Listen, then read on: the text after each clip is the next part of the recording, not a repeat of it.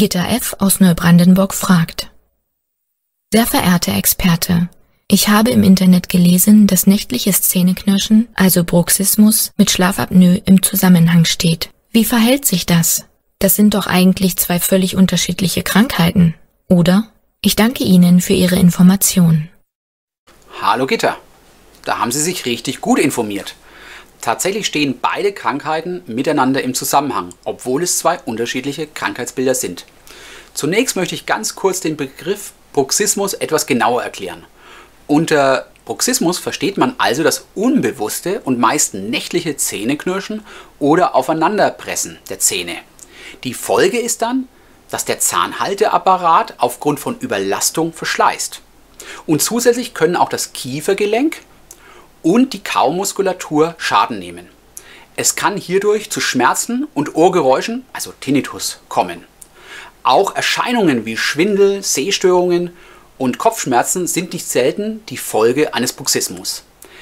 Das nächtliche Zähneknirschen gehört zu den schlafbezogenen Bewegungsstörungen, während Schlafapnoe selbst zu den schlafbezogenen Atmungsstörungen gehört. Laut Forschern des Baylor College of Medicine in Houston leidet etwa jeder vierte Apnoiker auch unter nächtlichem Zähneknirschen. Männer sind häufiger betroffen als Frauen.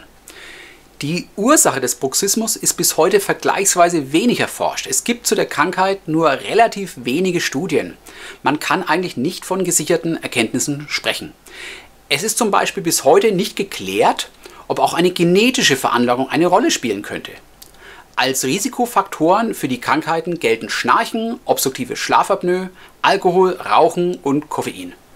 Sowohl eine Zahn- bzw. Kieferfehlstellung könnte das nächtliche Zähneknirschen verursachen, genauso wie unbewältigter Stress. Die Wissenschaftler aus Houston sehen insbesondere den Zusammenhang zwischen dem nächtlichen Stress, der durch Schlafapnoe verursacht wird, und dem Zähneknirschen.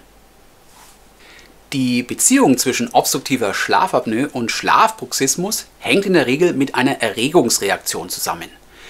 Die Beendigung eines apnoischen Ereignisses, das wir Arousal nennen, kann von einer Reihe von Mundphänomenen begleitet sein, wie Schnarchen, Keuchen, Nuscheln oder eben Zähneknirschen. Männer leiden häufiger unter einer schwergradigen Schlafapnoe, was die höhere Prävalenz des nächtlichen Zähneknirschens bei Männern erklären könnte. Die Verbindung von Schlafapnoe und Bruxismus hängt von vielerlei Faktoren ab.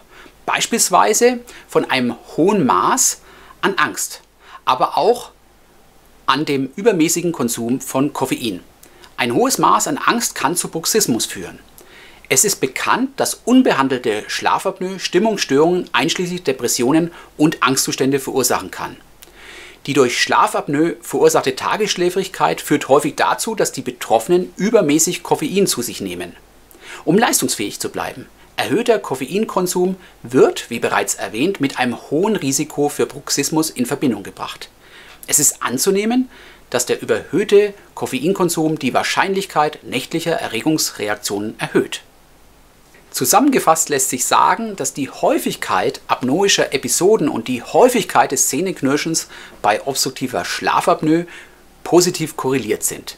Eine Ursache-Wirkungsbeziehung ist ziemlich wahrscheinlich, aber auf Basis der vorliegenden Studien nicht belegt. Wie gesagt, die Studienlage ist sehr dürftig.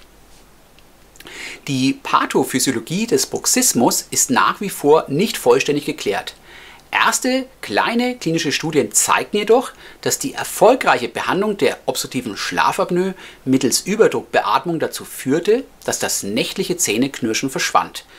Es gibt also Anzeichen dafür, dass, wenn der Schlafbruxismus mit der Schlafapnoe zusammenhängt, die erfolgreiche Behandlung der schlafbezogenen Atmungsstörungen auch den Bruxismus beseitigen kann. Vielen Dank für Ihre Frage. Ich hoffe, ich konnte mit meiner Antwort helfen.